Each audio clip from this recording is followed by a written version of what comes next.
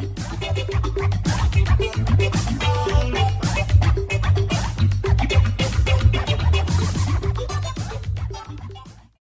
throughput of product, as you mentioned earlier, not all product can be diverted from landfill.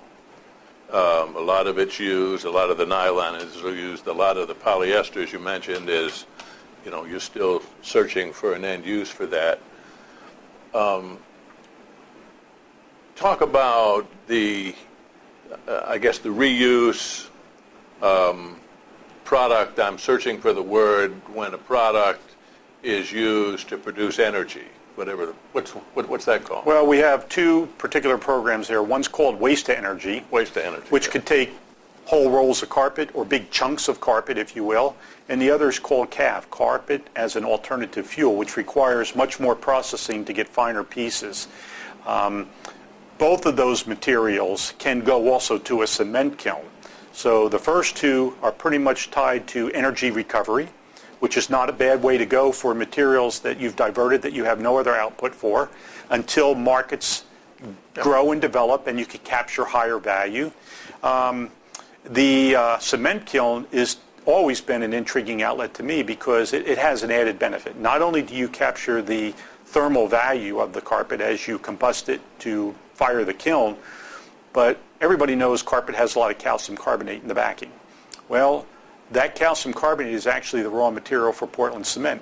To get that, they would normally strip mine that out of the earth.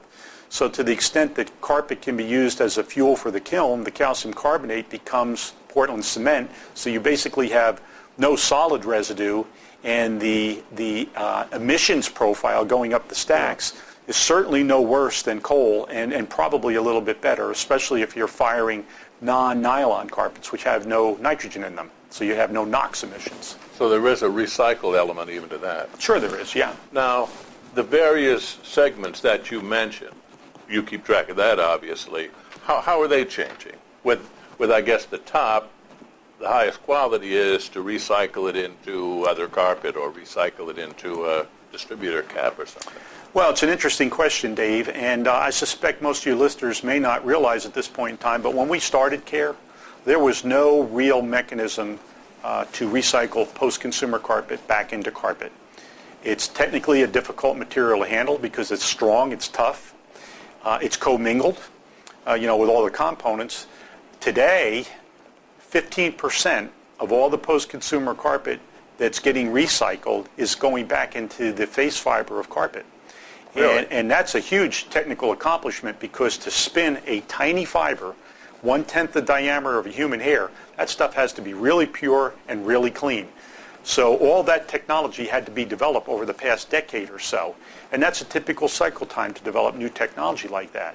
Another 12% of that post-consumer carpet gets recycled into the backing of carpets. So all told, somewhere between 25 and 30% of all the carpet that gets recycled is going back into carpet. That's a big deal. About 64% of all the carpet recycled goes into engineered thermoplastic applications. That's also pretty significant because even though you can tolerate a little bit more variability in the feedstock, it's still got to be pretty high quality stuff to go into a thermoplastic molding type application. So I guess all of those things, every element of that is improving with each year, I suppose. The technology is improving. I think the technology is improving. I think you also have to look at the bigger marketplace because the concepts of sustainability are really starting to take root in the chemical enterprise, in the plastics industry. As society becomes a little bit more understanding of sustainability and what it means to close the loop, conserve precious resources, minimize some of the pollution that goes with extracting and preparing those resources to go into products. So we are making progress. And I think everybody should feel good about that. I like to see it as the glass half full, not as the glass half empty. There are folks out there that feel we're not going fast enough. But quite frankly, it takes time to develop those technologies. It takes time to develop new products. It takes time to have those products accepted in the marketplace to displace alternatives. But after 10 years and almost 12 years of CARE doing this, I think we're gaining traction. I would say an optimist would never make it in your job. I mean, a non-optimist, a pessimist. Well, you have to be an optimist, is what I was trying to say. Well, you made me smile because everybody that's worked with me knows that my favorite expression is success. Success is perseverance for one more minute. And I think we've been good at persevering. One of our entrepreneurs always said is luck is when preparation meets opportunity. And we've spent a lot of time and energy and creativity preparing for the opportunities that are coming before us today, and we plan to take advantage of those. Now, when you say entrepreneurs, you're really talking about the people that use post-consumer carpet as a raw material and to turn it into something. Correct. Is somebody out there knocking on doors? I suspect the collectors, processors are knocking on doors to find places to sell this stuff. Oh, absolutely right. And they're doing this on a global basis. The nylons in particular have very robust markets. The economics are very good for nylon. The challenge we face are the non-nylons. And to the extent we can start generating revenue associated with those, will really help tip the balance from an economic point of view in favor of the recycling industries. My biggest worry is that, things like polyester are relatively inexpensive commodities. Supply certainly outstrips demand. And as a result, we have weak economics. And, if we can find a way to incentivize folks to displace virgin PET and alternative materials with recycled PET and other non-nylon products, that's going to help us take that non-value-added fraction and create value in the future. That obviously can't be recycled back into carpet, and it's probably not much promise that it will be. Well, in principle, there's no reason why you can't take a polyester carpet or a polypropylene carpet technically and recycle it. I mean, people have done some work on this already. What we're upside down on is the economics, and that's what we're trying to get sorted out. It costs more to do that than you can buy virgin. Correct. I got you. Getting back to the program, is the 5 cents per square yard the only revenue that's generated by this whole effort? Yes. In terms of fees collected from an extended producer responsibility perspective, the 5 cents is the only revenue generation, and it's the only program in the United States. Okay. You had mentioned there are paint. I think California does paint and some other things, I guess, mattresses and so on. Yeah, well, paint is an industry-supported initiative, paint.org, that is now expanding in a number of states. They've got, I believe it's over 400 locations in the state of California alone, and other states are approving these programs as you go. Mattresses is really just getting off the ground. I think Connecticut may be the first or one of the first states to approve mattresses. So you're seeing more activity in this area. CARE started in 2002 when we signed the Memorandum of Understanding, built on the fundamental premise of the free market approach to recycling materials, and we still believe fundamentally that's the right way to go, that entrepreneurs know how to run these businesses, and if we give them the freedom and support to do that, they'll figure out how to solve these problems. Well, I could go on a tangent here as to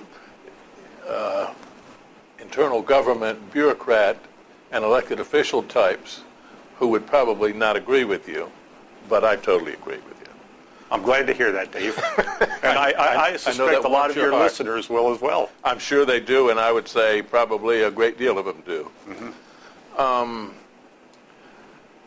The key to success in this thing, obviously, is collectors going out there and drumming up business. Now, when this program came into effect, I'm sure there were a lot of people out there collecting carpet before there was a CARE.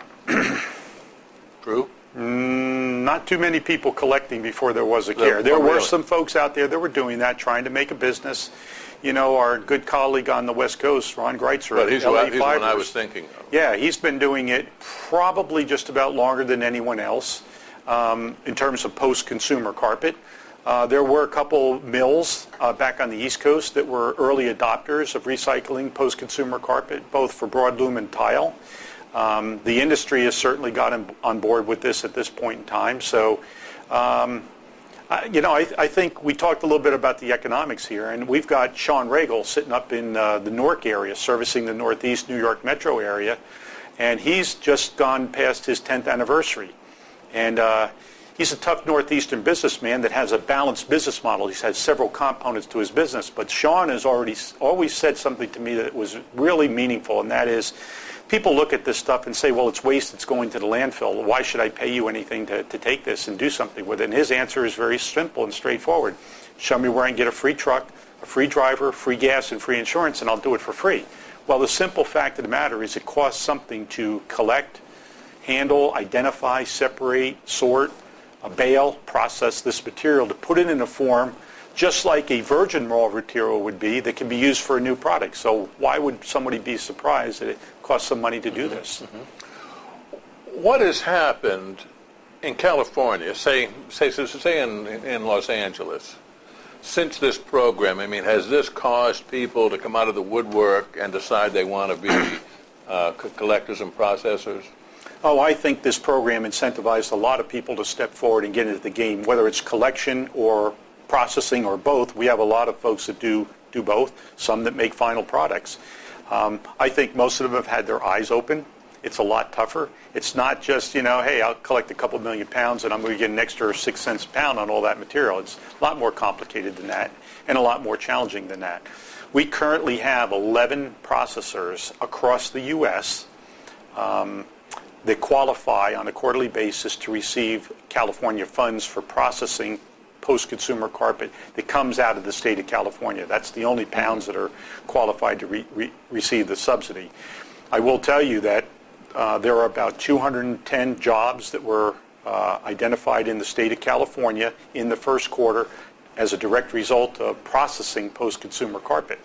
There's another batch of jobs, which I can't really easily quantify, that go with collection. And then there's all the ancillary jobs that support the carpet collection industry, both in the state of California and around the U.S. So that's another aspect of the law that people don't talk about a lot, but we have seen some good growth in job opportunities. We did have one of the recyclers close their doors at the end of the first quarter, and that was a significant number of jobs. So that 210 figure I just gave you reflects that drop. The good news is they opened their doors again in June, and we hope they'll be very successful going forward, continuing to grow their output and their jobs.